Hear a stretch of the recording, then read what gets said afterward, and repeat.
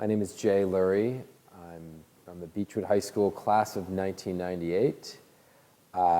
When I'm not on sabbatical, which I am right now, I developed a career in sustainable infrastructure financing, both internationally and also domestically.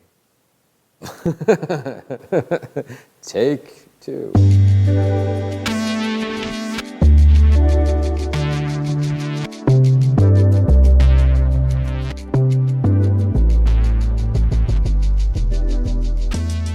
So I find this to be a really hard question.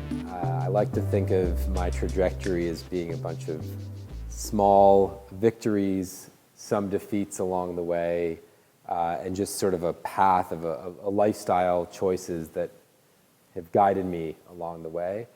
If I did have to choose one accomplishment or one thing that I'm proud of, it would be what I believe is a compilation of some of the things I'd done before and after, which is when I first moved to Singapore several years ago, about 10 years ago. I didn't know anybody really. I was starting a new job in a new city, and I decided to form a group of industry professionals that worked across different functions, from finance to engineering to consulting, journalism, and bring these people together to focus on the sector area that we were all working on, which was infrastructure development. Initially, it was a few people grabbing some soft drinks, and eventually it turned into a robust networking group where companies would sponsor events and there'd be panel discussions, and it was a forum for people to really make strong business connections and understand what was going on in the marketplace. And I think one reason I'm really proud of that is, one, it started from nothing. It was, I had a committee that was helping me do this, and so I got to kind of be in a leadership role. And I felt that, you know, that really helped me adapt to being in a new environment, to create a community of people around me that were had a similar mission.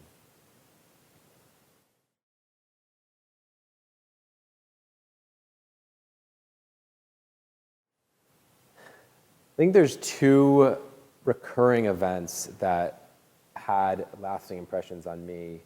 One was the White and Gold annual talent show. I participated in some comedic acts. I remember it definitely in my junior and senior year, that were a lot of fun to put together, and working with classmates, some friends and some acquaintances, and just seeing how talented our classmates were outside of the day-to-day. So that was one. I thought just the expression of creativity that was beyond the typical classroom, beyond even the regular extracurricular activities that we had. I thought that was a real gift to be part of that, and to be able to witness it and participate in it. Secondly, I was involved in Model United Nations, which was then called Junior Council on World Affairs back in the 90s.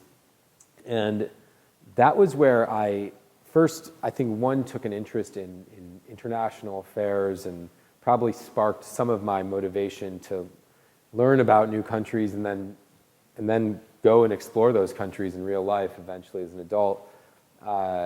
It helped me in public speaking, presenting, being confident, doing research, and being able to express views and principles in a concise manner, and then meet people from other schools and represent Beechwood. So it wasn't one event, but it was recurring throughout my time at Beechwood that I was involved in that, and it's something that I think back on often and I'm really proud of.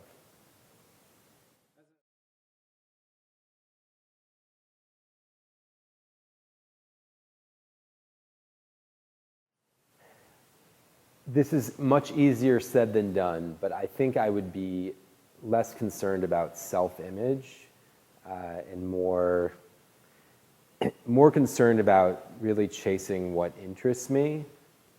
And I know that as an adolescent and teenager, it's really hard to escape the peer pressure, especially in a small community like Beechwood where everyone knows your name. It's very hard to be anonymous and kind of chase your own passion when you know that you're kind of under a microscope because it is a small community. But I do feel that the sooner that you can tap into what really drives you and motivates you, that will really help you succeed and get to the place where you want to be rather than where you think the school or society thinks that you should be.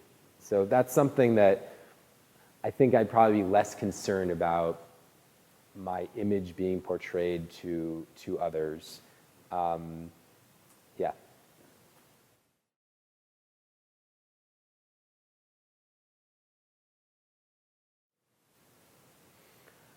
I would say a couple of things. One is just be kind. I can tell you that you're going to remember the moments where you didn't act kind or you didn't act with integrity more than you'll remember the moments where you did.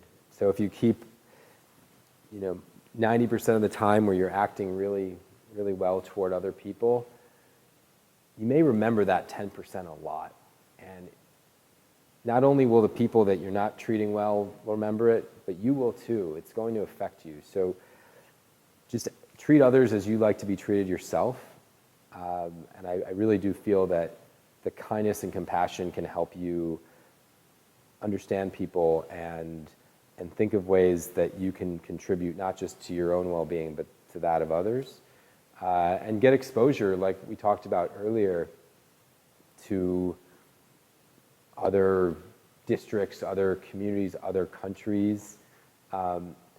It will change your perspective and not only give you kind of an outward-looking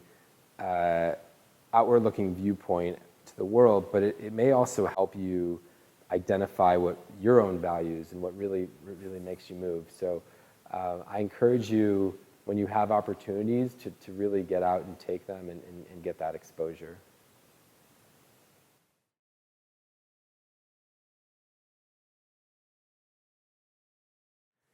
I feel really humbled to be inducted. It's as I said in my remarks earlier, I do remember going to these inductions, and I don't think I ever processed that something that I could do one day could be influential to the next generation of students. So I feel really humbled that the committee and my peers who nominated me felt that some of the paths that I've taken indeed are a good example for the students.